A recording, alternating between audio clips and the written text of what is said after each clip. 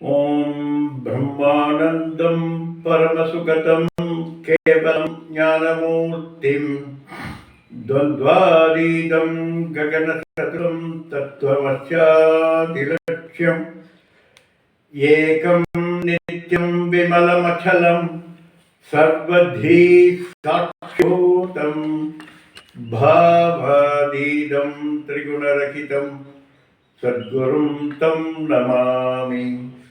ओं सदाशिवसमारंभां शंकराचार्यमध्यमाम् अस्मदाचार्यपर्यन्तां वन्दे गुरुपरम्परां। श्रुतिस्मृतिपुराणानाम् आलयं करुणालयं नमामि भगवत्पादशङ्करं लोकशङ्करं। शङ्करं शङ्कराचार्यं केशवं बादरायणं सूत्रभाष्यकृतौ वन्दे भगवन्तो पुनः पुनः। ईश्वरो गुरुरात्मेधिर्मूर्तिभेदविभागिने व्योमवद्व्याप्तदेहाय दक्षिणामूर्तये नमः।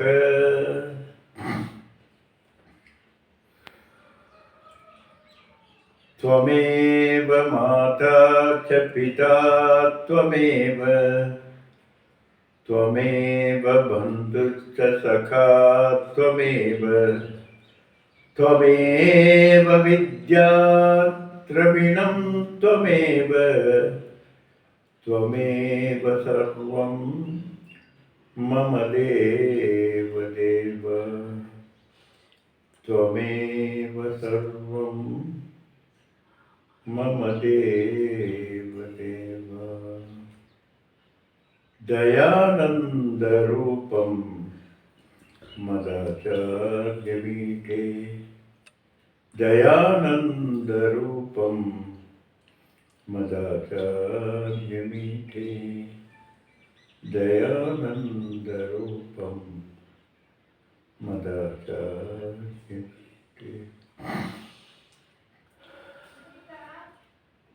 पूज्य श्री दयानंद सरस्वती स्वामिகளின் பாதார விந்தங்களை வணங்கி ஓம் சகனா பவது சகனௌ புனக்து सह वीर्यङ्करभावकै तेजस्विनावतीतमस्तु मा विद्विषावकैः।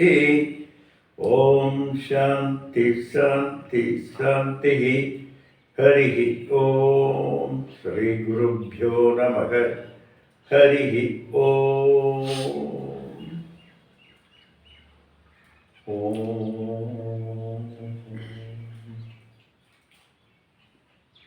अधिमधुरचापकर्ता अभरिमिदां मोद बाणसौभाग्य अरुणाम् अतिशयकरुणा अभिनवगुणसुन्दरी वन्दे अभिनवगुणसुन्दरी वन्दे अभिनव कुलसुन्दरी वन्दे वन्दे। जगदम्बिके लोकमाता ईश्वरी।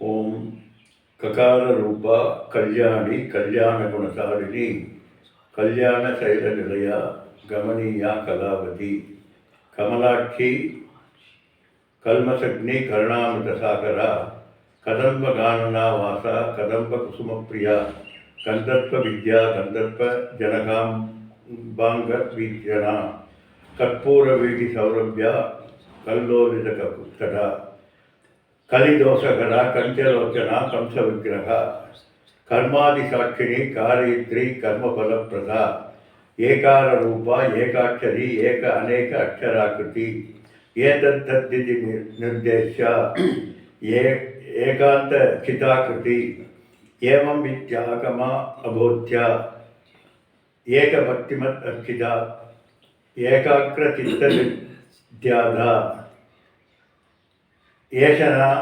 ಏಷನಾದಿ ರಹಿತಾಕೃತ ಏಲಾ ಸುಗಂಧಿ ಶಿರೋ ಏನ ಕೂಡ ವಿನಾಶಿನಿ ಏಕ ಭೋಗ ರಸ ಏಕರಸ ಏಜತ್ ಐಶ್ವರ್ಯ ಪ್ರದಾಯಿನಿ ಏಕ ಜಗತ್ತೈಶ್ವರ್ಯ ಪ್ರದಾಯಿನಿ ಏಕಾಂತ ಪತ್ರ ಸಾಮ್ರಾಜ್ಯ ಪ್ರಸಾ ಏಕಾಂತ ಪೂಜಿತ ಏಜಮಾನ ಪ್ರಭಾ ಏಜ धनेज जगदीश्वरी एकात पत्र साम्राज्य प्रदा एक आनंद पूजिता एदमान प्रभा एज अनेज जगदीश्वरी एक वीरादि संसेव्य एक प्रभवशालिनी ईकार रूपा ईचित्री ईचिदत्त प्रदायिनी ईदृक् विनिर्देश्य ईश्वरत्व विधायिनी ईशानादि ब्रह्ममयी ईशिद्वात् अष्टसिद्धिदा ईशिद्री ईक्षण सृष्टाण्डकोटि ईश्वर वल्लभा ईटिता ईश्वर अष्टांग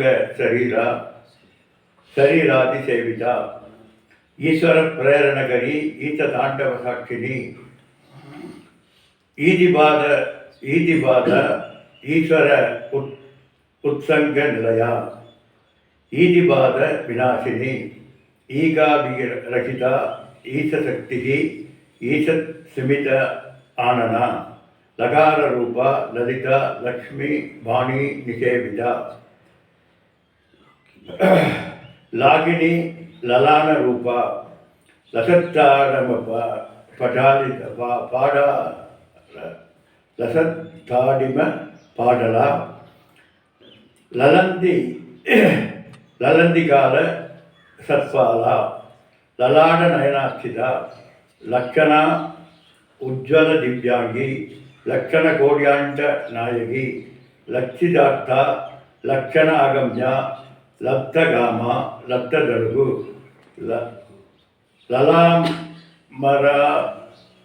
ललामराजित लंबी मुक्तालंकर मुक्तान्वितो लंबोदर प्रसु लभ्य लज्जाख्या लयवर्जिता ह्रींकार रूपा ह्रींकार निलया ह्रीं बत प्रिया ह्रींकार बीजा ह्रींकार मंत्र ह्रींकार लक्षणा ह्रींकार जप सुप्रीता ह्रींमती ह्रीं विभूषणा ह्रीं शीला ह्रीं पद आराध्या ह्रीं गर्भा ह्रीं पद आभिता ह्रींकार वल्लभा ह्रीं ह्रीं ह्रींकार पूज्या ह्रींकार पीठिका ह्रींकार वेद्या ह्रींकार अक्षिता ह्रींकार चिंतया ह्रीं शरीरिणी ह्रीं ह्रींकार रूपा हलतृ पूजिता हरिनेक्षणा हरप्रिया हराराध्या हरिब्रह्मेंद्र सेविता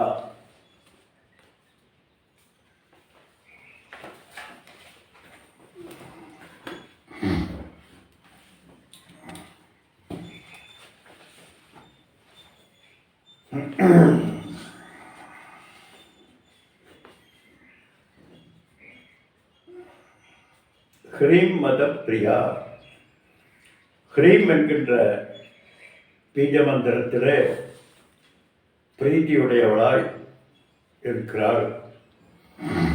ह्रीं என்கின்ற வார்த்தைக்கு பொருளாக விளங்கக்கூடியவள் அம்பாள். அப்படின்னு என்ன? ह्रींமும் அம்பாளும் ஒன்று. எப்படி குடம் என்கின்ற வார்த்தையும் குடமும் ஒன்றாக இருக்கிறதோ அதுபோல ह्रीं என்கின்ற பத பதமே அம்பாளாக இருக்கிறது.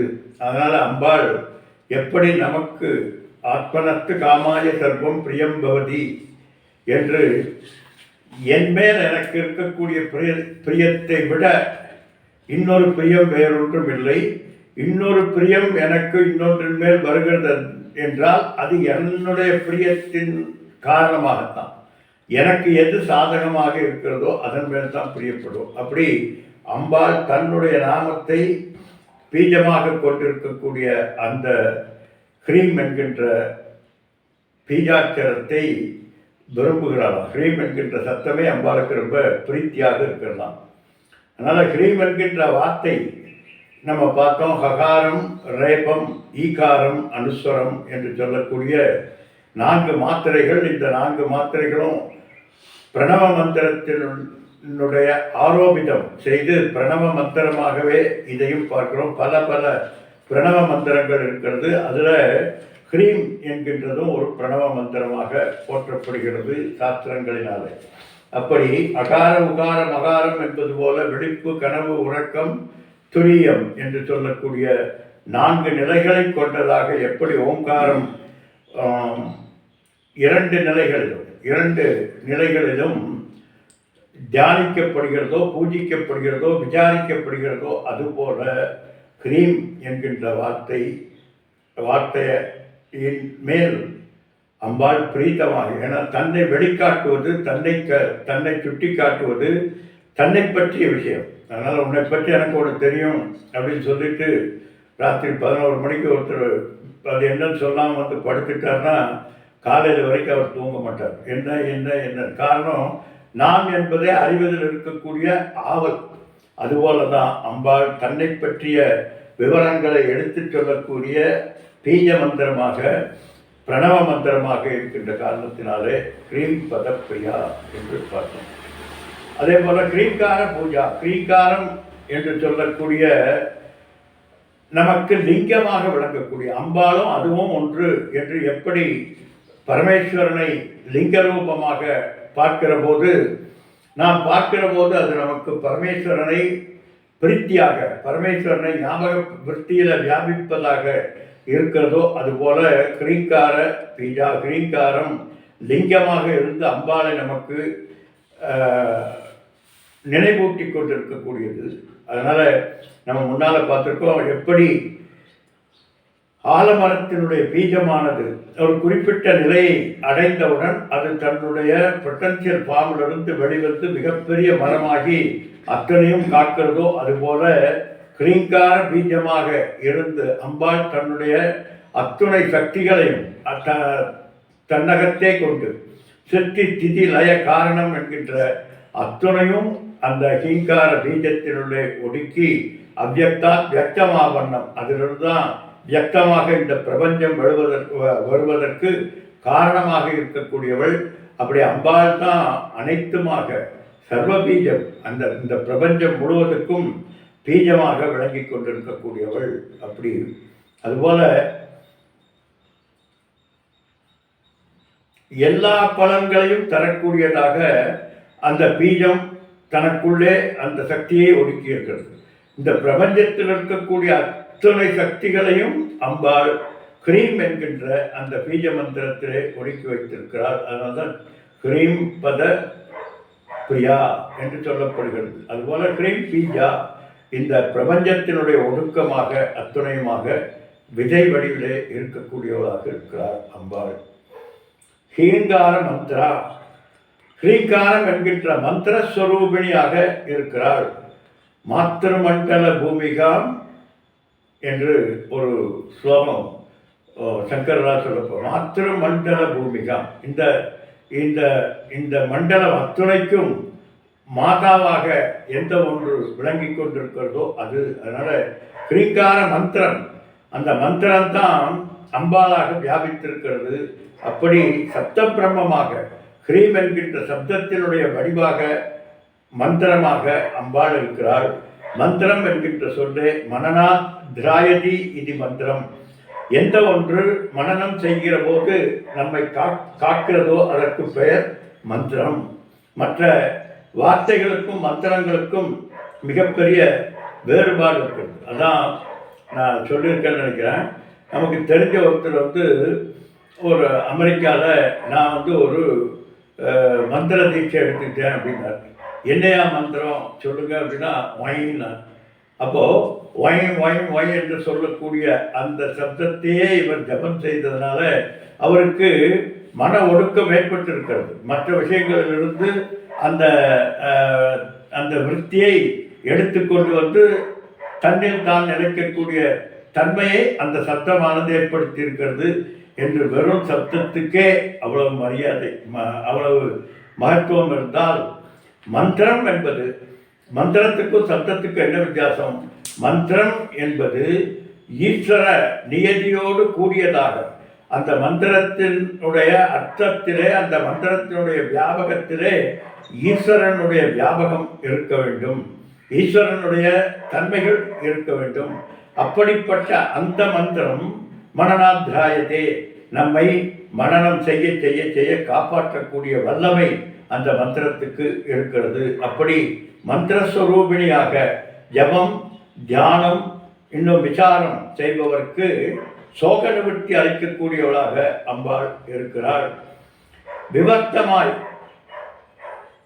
சொல்லும் பொருளும் ஒன்றாக, விவர்த்தம் என்றால் விவர்த்த உபாதான காரணம் என்று பார்த்திருக்கோம். விவர்த்தம் என்றால் தன் நிலையிலிருந்து மாறாமல் தான் இருந்தபடி இருந்து கொண்டு பல மாற்றங்களுக்கு காரணமாக எது இருக்கிறதோ அதற்கு பெயர் விவர்த்தம். அப்படி அம்பாள் மந்திர ஸ்வரூபிணியாக இருந்து கொண்டு பல மாறுதல்களுக்கு காரணமாக நம்முடைய மனமாற்றத்திற்கு இந்த பிரபஞ்சத்தில் ஏற்பட்டிருக்கக்கூடிய ஈஸ்வர நியதிக்கு ஒரு ஆதாரமாக விளங்கி கொண்டிருப்பவளாக இருக்கிறாள்.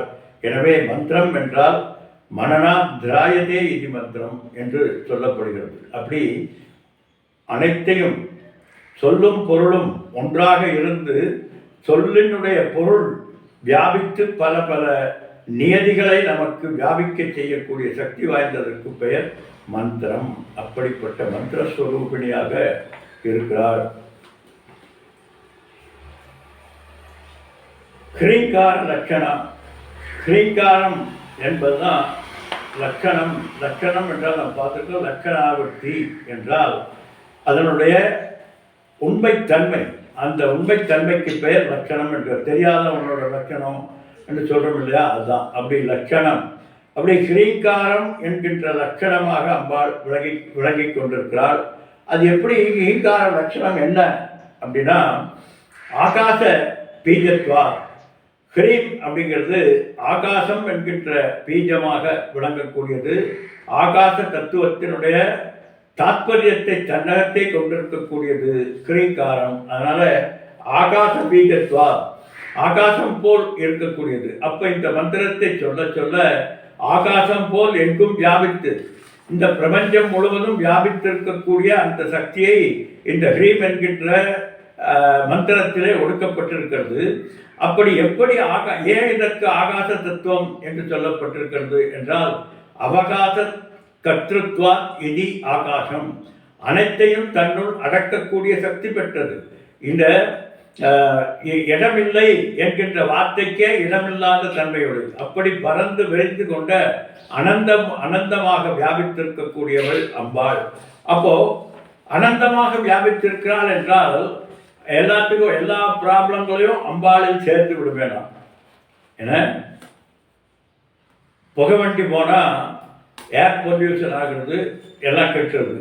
அதுபோல் எதெல்லாம் எதோடு சேருகிறதோ, எதிலெல்லாம் வியாபித்திருக்கிறதோ அதிலெல்லாம் இந்த பிரபஞ்சத்தினுடைய பல மலங்கள் அத்தனையும் அம்பாளை சேர்த்து விடுமே.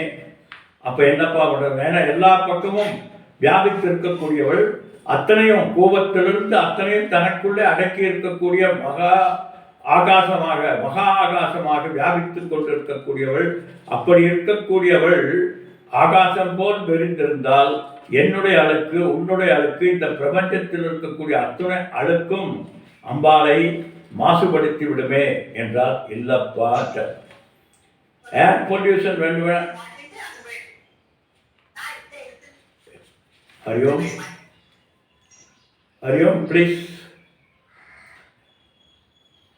ஆகாசம் எங்கும் அனைத்துக்கும் இடமளித்துக்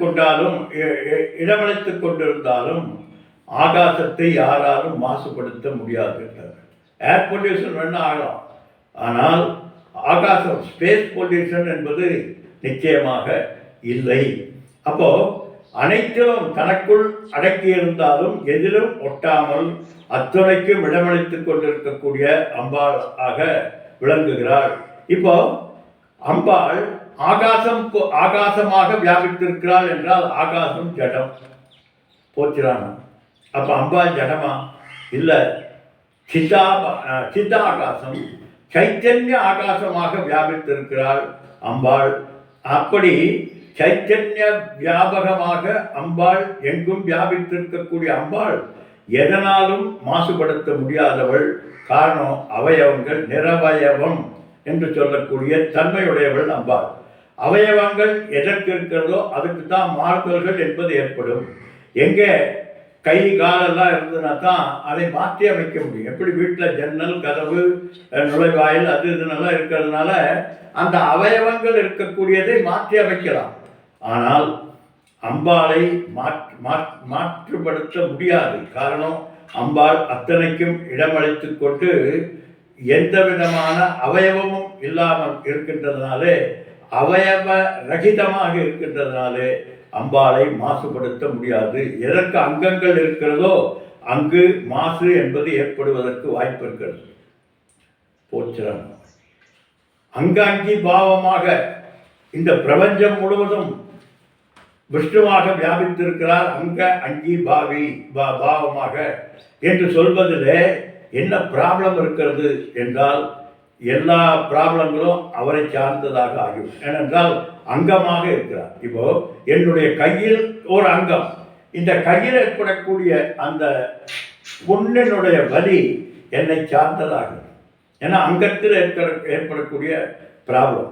அப்போ அங்கத்திற்கும் அங்கிக்கும் சம்பந்தம் இருக்கிறது என்று சொன்னால், அந்த அங்கியினுடைய பாதிப்புகள் அங்கத்திற்கும் அங்கிக்கும் ஏற்படும். அதனால பகவான் அப்படிப்பட்டவர் அல்ல.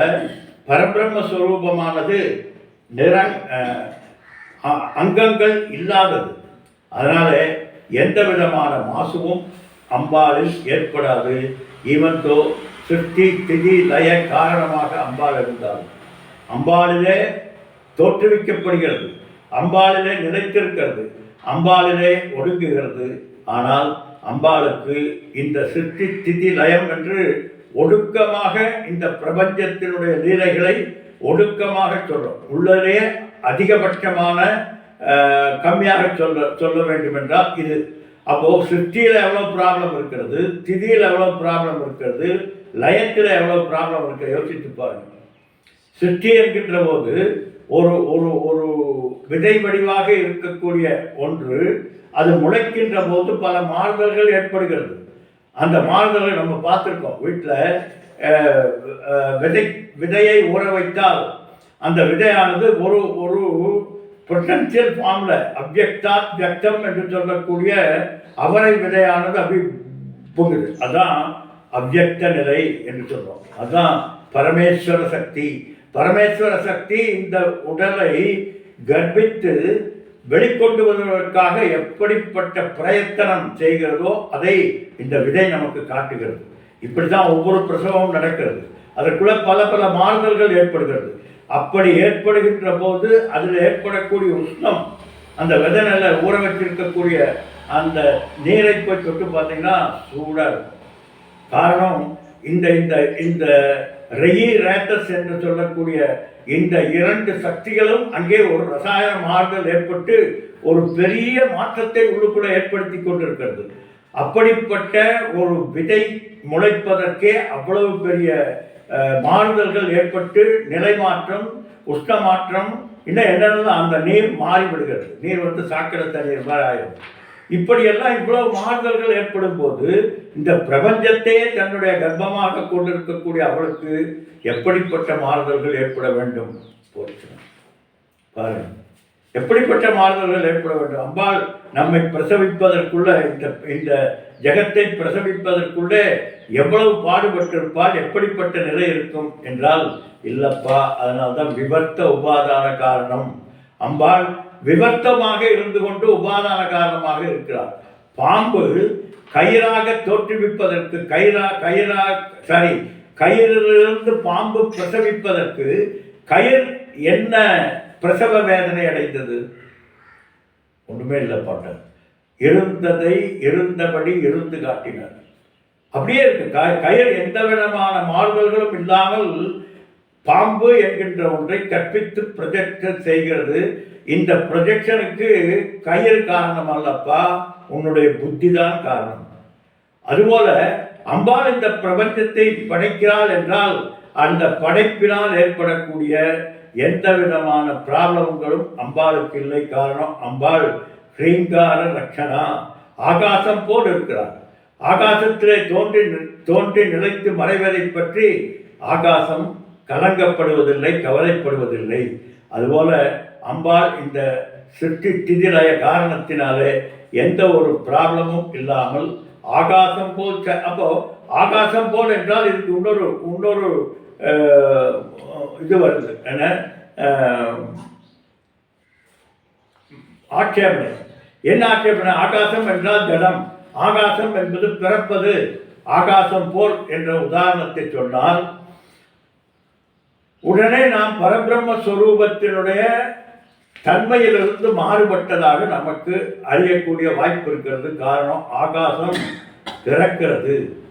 ஆகாசாத் வாயு, வாயோர் அக்னி என பிரம்மவிதா அஸ்னோதி வரம் ததேசாப்யுக்தா சத்யம் ஞானம் அனந்தம் பிரம்ம யோ வேதனிகிதம் குகாயாம் பரமே வியோமன் சோஸ்தே சர்வான் காமான் சக தஸ்மாத் வா ஏ தஸ்மாத் ஆகாச சம்பூதக. அப்படிப்பட்ட அந்த இதிலிருந்து ஆகாசம் பிறக்கிறது. அப்போ ஆகாசம் என்பது முன்னால் இல்லாமல் இருந்து இந்த பஞ்சீகரணத்துக்கு முன்னால் இல்லாமல் இருந்து பஞ்சபூதங்களினுடைய கலப்பினால் ஏற்படக்கூடிய தன்மையினால் ஆகாசம் பிறந்தது. அப்படின்னா அம்பாள் பிறந்தாளனா? இல்லப்பா, அம்பாள் பிறக்கவில்லை. எப்படின்னா, ஏனென்றால் ந ஜாயதே பிரியதே வா கதாஜித் நாயம் பூத்வா பவிதாவான பூயக அஜக நித்திய சாஸ்வதோயம் புராணக. அம்பாள் பிறப்பதில்லை. அம்பாளுக்கு அந்த அழிவு, தோற்றம் அழிவு என்பது கிடையாது. ஆகாசத்துக்கு தோற்றம் அழிவு என்பது இருக்கிறது. அப்போ ஆகாசத்தை உதாரணமாக சொன்னால், ஆகாசம் போல் என்றால் அம்பாளுக்கு தோற்றமும் அழிவும் இருக்க வேண்டும், பிறப்பதாக இருக்க வேண்டும் என்று ஒரு பூர்வபட்ச சந்தேகம் வருகிறது. உதாரணத்தில் சொல்லப்பட்டதெல்லாம் அப்படியே எடுத்துக்கொள்ளக்கூடாதப்பா. அது எவ்வளவு அறியாமைன்னா, எலுமிச்சம்பழம் போல் மிக பெரிதாக இருக்கக்கூடியது ஆரஞ்சு.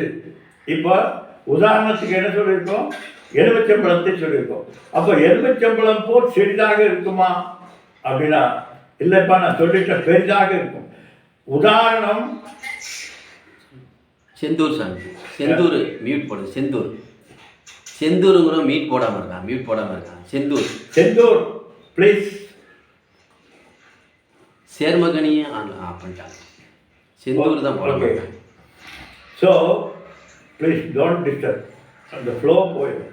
செஞ்சு எல்லாரும் மியூட்டில் போடுங்க. செந்தூர் போடாமல் இருக்காங்க. ஸோ இந்த ஆகாசம் பிரசவிக்கப்படுகின்ற காரணத்தினாலே ஆகாசம் என்பது உதாரணமாக பரபிரம்மத்திற்கு சொன்னதினாலே பரபிரம்மமும் கால தேச வர்த்தமானங்களுக்கு உட்பட்டதாக ஆகுமா என்றால் இல்லையப்பா. அது சித்தாகாசம், சைத்தன்ய ஆகாசம். இது ஜடமல்ல, சைத்தன்ய ஆகாசம். ஆகாசத்திற்கு எது இடமளித்துக் கொண்டிருக்கிறதோ அது. அந்த ஆகாசம் பிறப்பதும் இல்லை. அந்த சைத்தன்ய ஆகாசம் என்று சொல்லக்கூடிய சிதாகாசம் என்று சொல்வது பிறப்பதும் இல்லை, முடிவதும் இல்லை. எனவே ஜடம் அல்ல, அது சைத்தன்ய ஸ்வரூபம். அதற்கு ஆதி அந்தம் இல்லாதது.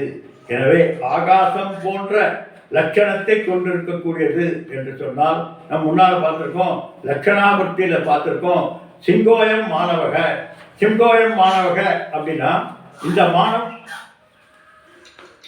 அவங்க செந்தூருங்கிறவங்க போட தெரியாமல் இருக்காங்க. அவங்க தான் ஆஃப் பண்ணாமல் இருக்காங்க. செந்தூர் பேர் போட்டிருக்கு.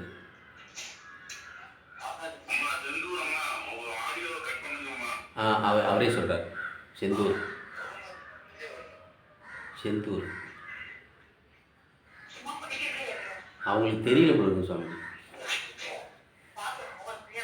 சார் சார் செந்தூர் உங்கள் இது டிஸ்டர்பன்ஸாக இருக்குது, மியூட் பண்ணுங்க.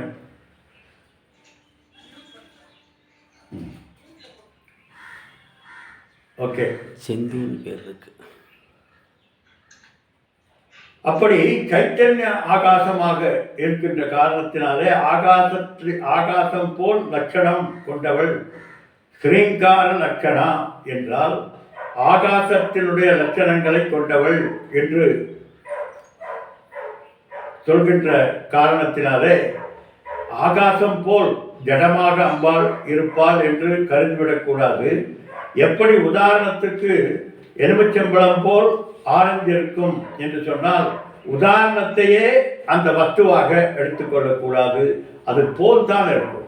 அப்படிங்கிறதுனால ஆகாசம் என்று சொல்வதனாலே அம்பாள் ஜடமல்ல, ஆகாசம் என்று சொல்வதனாலே ஆதி அந்தத்துக்கு உட்பட்டவள் அல்ல என்று புரிந்து கொள்ள வேண்டும். அதனால உபாதியை நீக்கி உபகித சைத்தன்ய சுரூபத்தை அறிவிப்பதே தடஸ்த லட்சணமாக இருக்கிறது.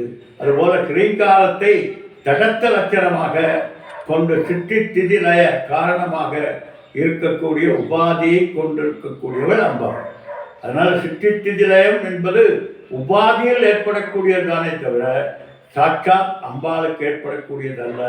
இதனால ஸ்ரீங்கார லட்சணம் என்று சொல்வதனாலே அம்பாளை நாம் படைப்புக்கு உட்பட்டவள் என்று நினைத்து விடக்கூடாது. படைப்புக்கு காரணமானவள் என்பதும் ஒரு ஒரு உபலட்சணமாக சொல்லப்படுவதுதானே தவிர படைப்புக்கு காரணமும் அம்பாள் அல்ல, படைப்புக்கு உட்பட்டவளும் அம்பாள் அல்ல. ஆகாசம் போல் படைப்பினால் பாதிக்கப்படாதவள் என்று சொல்வதுதான் இந்த ஸ்ரீங்கார லட்சணா. ஸ்ரீங்கார ஜபசுப்ரீதா. ஸ்ரீங்காரம் என்கின்ற ஜபத்தினாலே நல்ல பிரீதி கொண்டவளாக இருக்கிறாள். ஸ்ரீங்கார ஜபத்தின் மேல் அம்பாளுக்கு மிகப்பெரிய ஒரு ஈர்ப்பு இருக்கிறது. காரணம், ஸ்ரீங்கார ஜபம் மிகுந்த திருப்தியை அளிக்கிறது அம்பாளுக்கு. ஏனென்றால் தன்னுடையது அட்ஹோமாக அம்பாள் ஃபீல் பண்ணுகிறார். எங்கெங்கெல்லாம் அலைந்து திரிந்து கொண்டிருக்கக்கூடிய நாம் எவ்வளவு பெரிய செலவு பண்ணி எங்கேயோ போக வேண்டும் என்று அடித்து பிடித்து கொண்டு எங்கள் கைலாசத்துக்கு போகிறோம், மானசரோவர் போகிறோம், ரிஷிகேஷ் போகிறோம், எல்லாம் போகும்போது பேரானந்தத்தோடு போகிறோம்.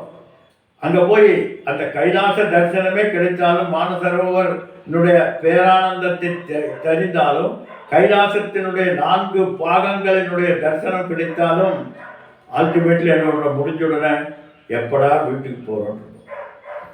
அதுபோல அம்பாளை நீ எப்படி எப்படியெல்லாம் வர்ணித்தாலும் அதெல்லாம் பல பல அம்பாளினுடைய வியாபகமாகத்தான் இருக்குமே தவிர அம்பாளே அற்புதமாக பிரியப்படுவது என்பது ஸ்ரீங்காரம் தான். அதனால ஸ்ரீங்கார ஜபத்திலே தான் அம்பாள் மிக மிக பேரானந்தத்தை கொண்டிருக்கக்கூடியவள். அதனால்தான் ஸ்ரீங்கார பீஜத்தினுடைய ஜபம் சந்தோஷத்தை அளிக்கிறது.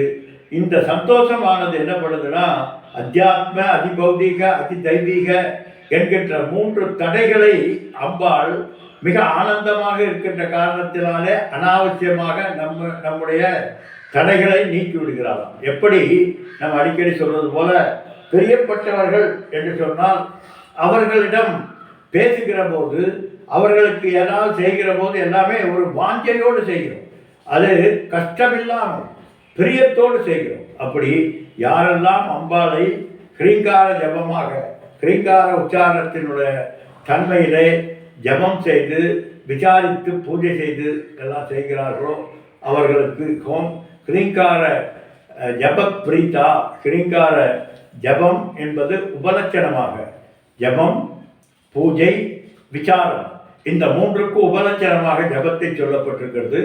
அந்த ஜபத்திலே, அந்த பூஜையிலே, அந்த விசாரத்திலே அம்பாள் பேரானந்தப்படுகிறார். காரணம், என்னை இனங்கொண்டு கொண்டு விட்டார்கள் என்கின்ற திருப்தி அம்பாளுக்கு இருக்கும். ஓ, இவன் நம்மை தெரிந்து கொண்டான் என்கின்ற தன்மை இருக்கிறதுனாலே அந்த பிரீத்தியானது நம்முடைய அத்தியாத்ம, அதிபௌதீக, அதிதெய்வீக என்கின்ற தாபத்ரயத்தை ஒழிக்கக்கூடிய மிகப்பெரிய வெளிப்பாடாக அம்பாள் ஆகிறார். அதனால இந்த மந்திரமானது தாபத்ரயத்தை ஒழிப்பதற்கும் ஹ்ரீம் என்ற அம்பாளுக்கு பிரீத்தியான மந்திரமாகவும் இருக்கக்கூடியது. அது எப்படிப்பட்ட பிரீத்தினா, சுப்ரீத்தினா, மிகவும் பிரீத்தமானது. வெறும் சுற்றும் பிரீத்தம், இது சுப்ரீதம், மிக மிக அம்பாள் விரும்பி ஏற்கக்கூடியதும், விரும்பி ரசிக்கக்கூடியதும், விரும்பி பலமளிக்கக்கூடியதுமாக இருக்கக்கூடிய மந்திரம். அதனால் ஹ்ரீங்கார சுப்ரீதா. ஹ்ரீம்மதி, ஹ்ரீம்மதி வாச்சியார்த்தமாக அம்பாள் இருக்கிறாள். வாச்சியார்த்தம், லட்சியார்த்தம் என்கின்ற இரண்டு நிலைப்பாடுகளை நம்ம நிறைய பார்த்துருக்கோம். வாச்சியார்த்தம் என்பது நேரடியாக பொருள் தரக்கூடிய வார்த்தை. லட்சியார்த்தம் என்பது அந்த வார்த்தையை பல விசாரங்களின் மூலமாக அல்டிமேட்லி என்ன சொல்ல வருகிறது என்று அறிந்து கொள்வதற்கு விசாரம் தேவை. ஆனால் அம்பாளுக்கு அந்த அந்த விசாரணைக்கே தேவையில்லை. ஹ்ரீம் என்று சொன்னாலே அம்பாள் தான், அம்பாள் என்று சொன்னாலே ஹ்ரீம் தான். அப்படி உணர்வு பூர்வமாக இருப்பதெல்லாம் இறைவனே என்கின்ற அந்த உணர்வு பூர்வமான புரிதலினால் நாம் அம்பாளை பூர்ணமாய் அனைத்துமாக வியாபித்திருக்கக்கூடிய அம்பாள் உன்னுடைய மதியில ஒரு விருத்தி வியாப்தி, பலவியாப்தி என்பது ஏற்படுகின்ற தன்மையை கொடுக்கக்கூடியதாகிய சொல்லும் பொருளும் இரண்டும் சேர்ந்துதான் என்னுடைய விருத்தியிலே விருத்தி வியாப்தி, பலவியாப்தி ஏற்படுகிறது. அதுபோல ஹ்ரீம் என்று சொன்னவுடனே உன்னுடைய விருத்தி வியாப்தி, பலவியாப்தி என்பது அம்பாளினுடைய அந்த விருத்தி வியாப்தியாக, அம்பாளினுடைய தன்மையாக அங்கே உன்னுடைய சித்தத்திலே விளங்க வைக்கிறது, உன்னுடைய அறிவிலே விளங்க வைக்கக்கூடிய மந்திரமாக இருக்கிறது. எனவே இதை இஷ்டாபூர்த்தமாக அப்படின்னா சொல்லும் பொருளுமாக விளங்கக்கூடியவள் என்று அனைத்துமாக வியாபித்திருக்கக்கூடியவள் அம்பாள். ஹ்ரீம் என்று சொன்ன உடனே நம்முடைய மனதிலே அம்பாளினுடைய ஸ்புரணம் ஏற்படக்கூடிய தன்மையை கொண்டது அந்த ஸ்ரீமதி. ஹ்ரீமதி, ஹ்ரீம் விபூஷணா. ஹ்ரீம் என்ற அந்த மந்திரமானது அம்பாளுக்கு விபூதியாக இருக்கிறது. விபூதினா என்ன, சித்தனானங்களில் இருக்கிறது.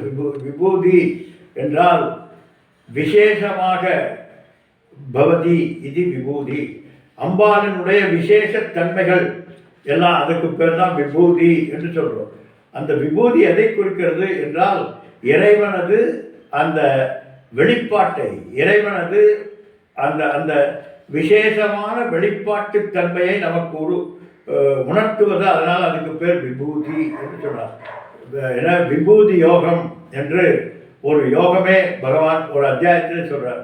அதில் எதெல்லாம் சிறப்பாக அம்பாளுடைய பகவானுடைய சிறப்பாக எதெல்லாம் இருக்கிறதோ அதெல்லாம் விபூதி என்று சொல்லப்படுகிறது.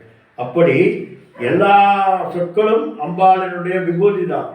ஆனால் ஹ்ரீம் என்பது சாட்சாத் அம்பாளினுடைய விபூதியாக விளங்கக்கூடியது. எனவே கேவலம் என்று சொல்லக்கூடிய அது மாத்திரமாக இருக்கக்கூடியது. அதனால மாயா வாச்சகமாக உடைய ஹ்ரீங்காரம் அம்பாளின் ஆபரணம்.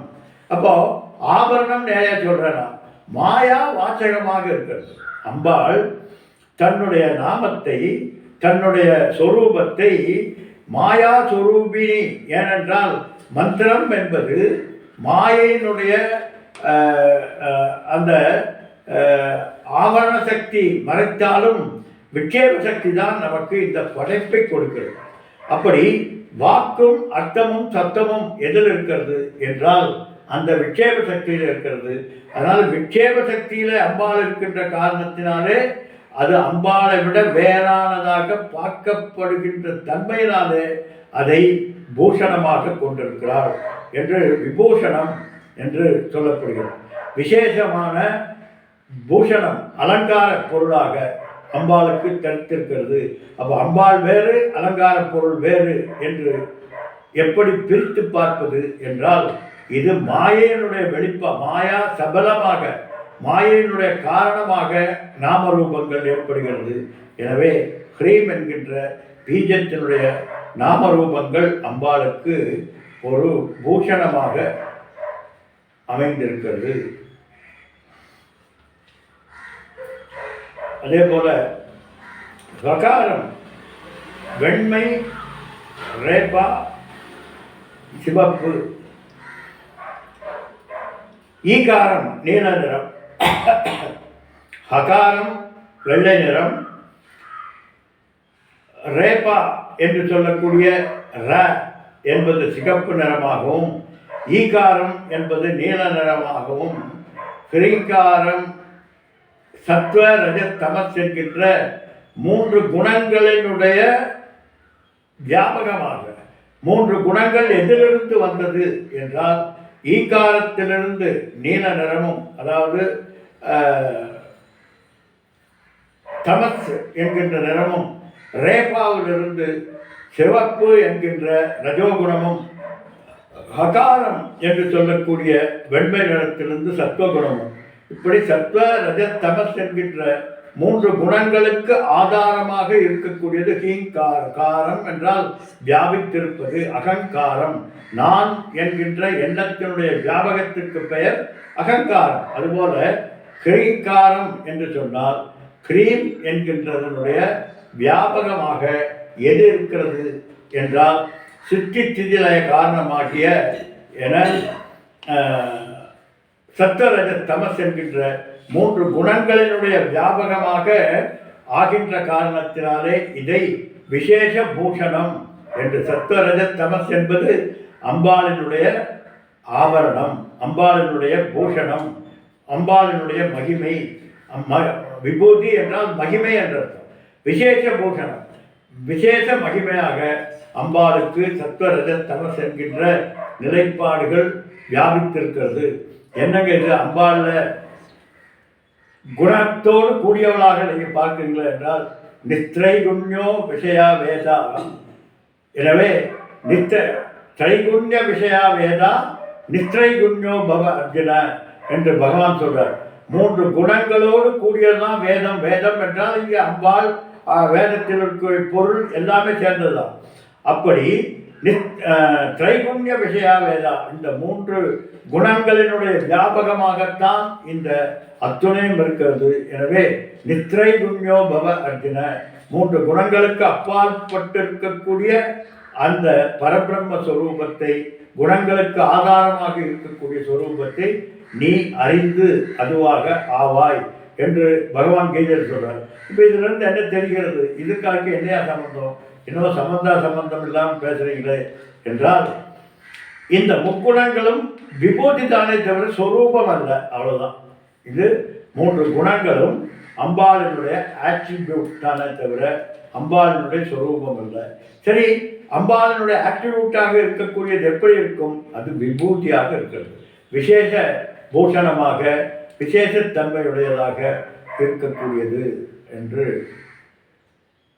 ஹ்ரீம் விபூஷணா என்று சொல்றார்.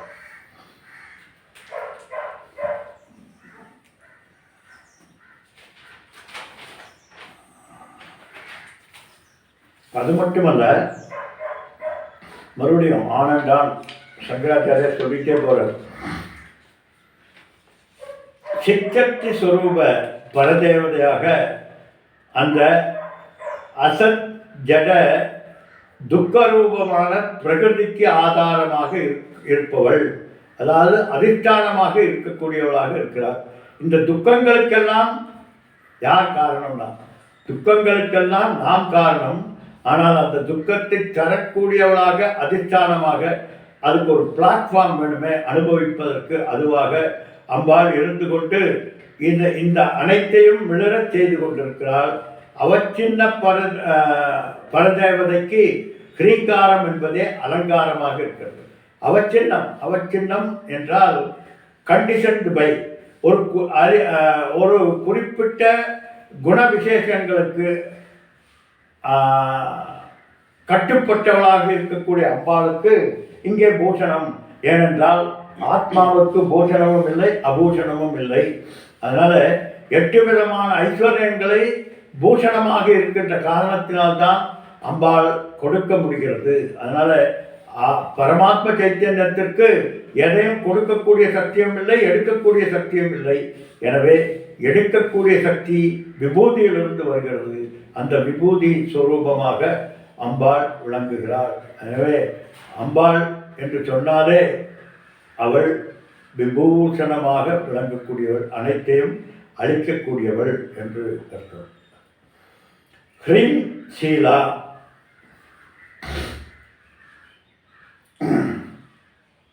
முன்னால கூறியது போல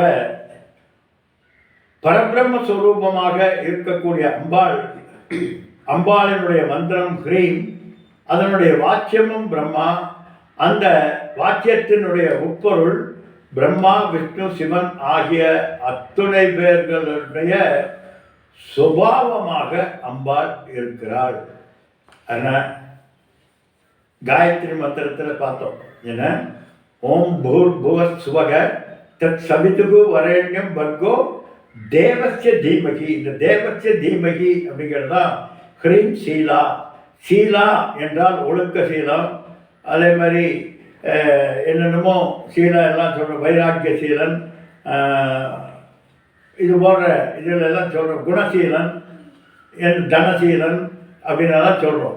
இப்போ சீலன் என்றால் என்ன அர்த்தம்னா, அதனுடைய தன்மையாகவே இருக்கக்கூடிய கலரைஸ்டு பை என்று சொல்லக்கூடியது. அதனால் இந்த அம்பாளினுடைய இந்த ஹ்ரீம் என்கின்ற மந்திரம் அதனுடைய வாக்கியார்த்தத்திலே சிவன், விஷ்ணு, பிரம்மா என்கின்றவர்களது ஆதாரமாக இருக்கக்கூடியது. எனவே எப்படி மாமரத்தினுடைய விதையை போட்டால் மாமரம் தான் வரும், அதுபோல பிரம்மா, விஷ்ணு, சிவன் என்கின்ற இவர்களது ஆதார சக்தியாக இருக்கின்ற காரணத்தினாலே இந்த குணங்களோடு கூடிய நிலையிலே அந்தந்த தகுதியை அவரவர்கள் அடைவதற்கு காரணமாக, அதாவது விஷ்ணு இருப்பதற்கு அம்பாளினுடைய வியாபகம் காரணம், சிவனாக சிவன் இருப்பதற்கு காரணம். அதே போல பிரம்மா, விஷ்ணு, சிவன் என்ற 3 பேருக்கும் அதுவாக இருக்கக்கூடிய, அதுதான் அங்கே தேவஸ்ய தீமகி. தேவர்கள் அவர்களது அறிவிலே அந்தந்த வெளிப்பாட்டை கொண்டிருக்கக்கூடியதை உணர்ந்து அதை செயல்படுத்துகிறதுனால தான் அந்தந்த தேவர்கள் அந்தந்த செயல்பாடுகளை செய்கிறார். சிருஷ்டி என்கின்ற அறிவு பரபிரம்மஸ்வரூபமாக பிரம்மாஜிக்கு பரபிரம்மஸ்வரூபத்திலிருந்து வந்த அந்த சிருஷ்டி என்கின்ற அறிவு, அதனுடைய செயல்பாடு இரண்டும் சேர்ந்திருப்பதனால்தான் அவருக்கு சிருஷ்டிகர்த்தா. அவருக்கு அது சீலன். எப்படி ஒழுக்க சீலன் என்பது ஒழுக்கம் அவனுடைய எம்பாடிமெண்ட்டாக இருக்கிறதோ, அதுபோல படைப்பு என்பது பிரம்மாவுக்கு எம்பாடிமெண்ட்டாக இருக்கிறது, சிவனுக்கு ஒடுக்கம் என்பது எம்பாடிமெண்ட்டாக இருக்கிறது, அதே போல விஷ்ணுவுக்கு காத்தல் என்பது எம்பாடிமெண்ட்டாக இருக்கிறது. இப்படி அந்தந்த நிலையில் இருக்கக்கூடியவர்களுக்கு அந்தந்த தன்மையை யாரிடமிருந்து வந்தது? ஒழுக்க சீலன் என்கின்ற ஒழுக்கம் எங்கிருந்து வந்தது? உன்னுடைய ஆட்டிடியூடிலிருந்து வந்தது. இந்த ஆட்டிடியூடு எங்கிருந்து வந்தது? நீ கற்ற வித்தையிலிருந்து வந்தது. அதுபோல அம்பாளினுடைய அந்த வியாபகம் தான் அத்தனை சீலங்களுக்கும் அத்தனை குணங்களுக்கும் காரணமாக இருக்கிறது. அந்த இயற்கைத்தன்மை சுபாவமாக அவரவர்களது சுபாவமாக மாறுவதற்கு அம்பாளினுடைய மாயா திரிகுண சக்தி தான் காரணமாக இருக்கிறது. எனவே திரிகுண வடிவான மாயா பரதேவதை என்கின்ற அந்த தன்மையிலிருந்து சீலத்துவம் பெறுகிறார். சீலத்துவம் பெறுகிறான்னா அம்பாளுக்கு ஒரு சீலம் இருக்கு. எப்படி ஒழுக்க சீலம் என்பதும் குணசீலன் என்பதும் பிரம்மாவுக்கு படைப்பு சீலன், காக்கும் சீலன் அழிக்கும் சீலன் என்பது இருக்கிறதோ அதுபோல இதைகள் எல்லாம் கொடுக்கக்கூடிய சீலத்துவம் யாருக்கு இருக்குதுன்னா அது ஈஸ்வரி என்று சொல்லக்கூடிய இந்த நியதியிடம் இருக்கிறது. அந்த நியதியாக அம்பாள் வியாபித்திருக்கிறாள். ஹ்ரீம் பத ஆராத்யா. ஹ்ரீம் என்கின்ற தனக்கு பிரியமான ஏகாட்சர மந்திரத்தினாலே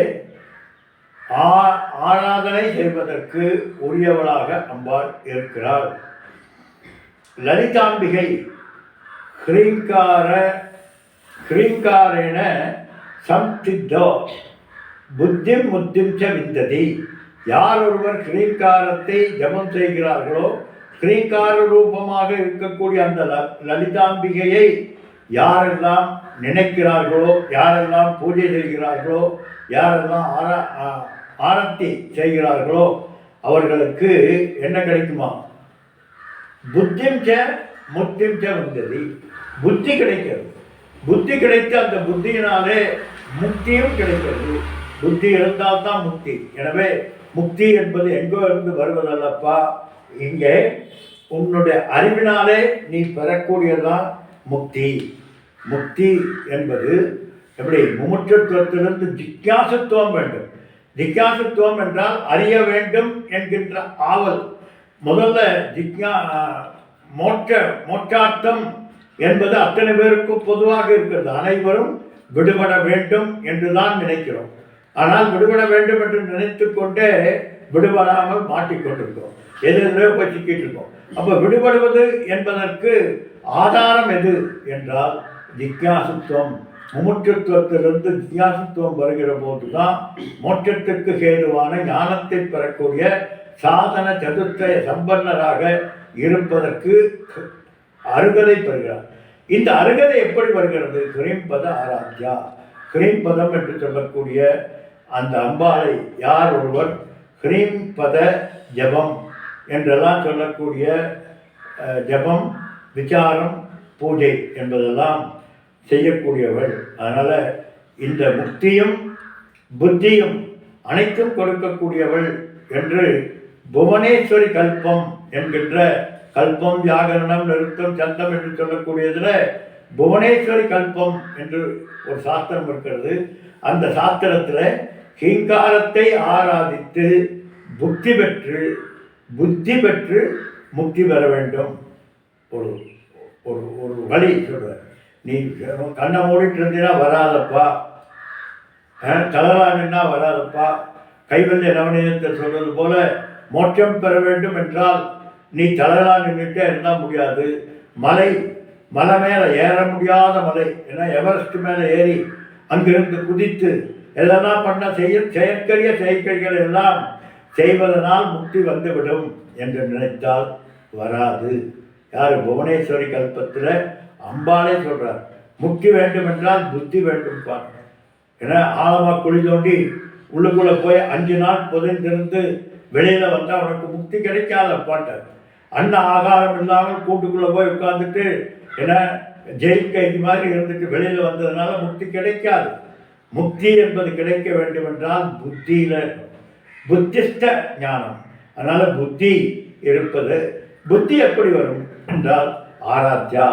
ஆராத்யா என்றால் பூஜை செய்து, ஜபம் செய்து, விசாரம் செய்து அம்பாளினுடைய இயற்கை தன்மையை, சொரூபத்தை, உன்னுடைய சொரூபத்தை, அம்பாளினுடைய சொரூபத்தை எப்பொழுது நீ அறிகிறாயோ அப்பொழுதுதான் முக்தி.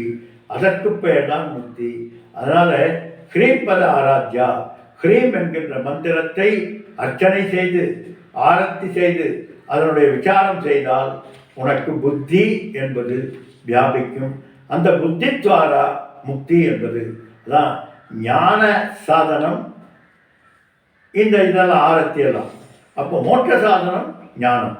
அதனால் சாட்சாத் மோட்ச ஏக சாதனம் எது? அறிவு என்று சொல்வது போல மோட்சத்துக்கு சாதனமாகிய புத்தியை கொடுத்து அந்த புத்தி மூலமாக நமக்கு முக்தியை கொடுக்கக்கூடியவள் ஹ்ரீம் பத ஆராத்யா என்று. ஹ்ரீம் கர்ப்பா.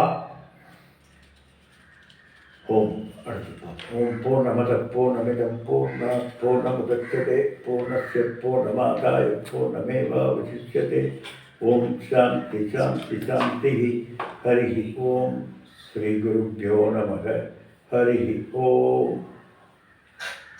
ஹரி ஓம் ஓம் ஓம்